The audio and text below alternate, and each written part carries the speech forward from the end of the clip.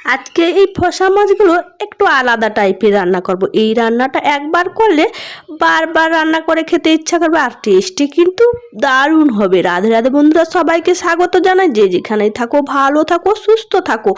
আর আমি ফসা মাছগুলো ভালো করে কেটে ধুয়ে নিয়ে চলে এসেছি, দিয়ে নুন হলুদ মাখিয়ে নিয়েছি।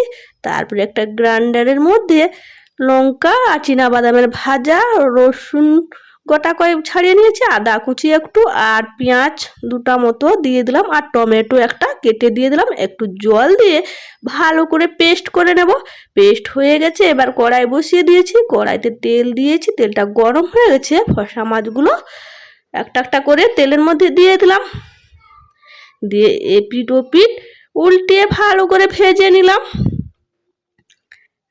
ভেজে নিয়ে সেই কড়াতে আর একটু সরষের তেল দিয়ে দিলাম, দিয়ে পেস্ট করা মশলা বাটাটা দিয়ে দিলাম, আর পরিমাণ মতো নুন দিয়ে দিলাম, আর একটু হলুদ গুঁড়ি দিয়ে দিলাম, দিয়ে কষিয়ে নেব মশলাটাকে।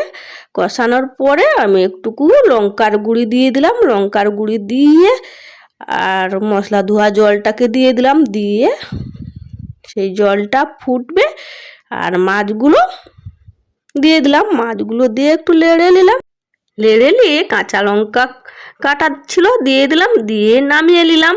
দিয়ে নামিয়ে একটা থালায় রেখে দিলাম। ভালো লাগলে like share subscribe. Tata, bye bye.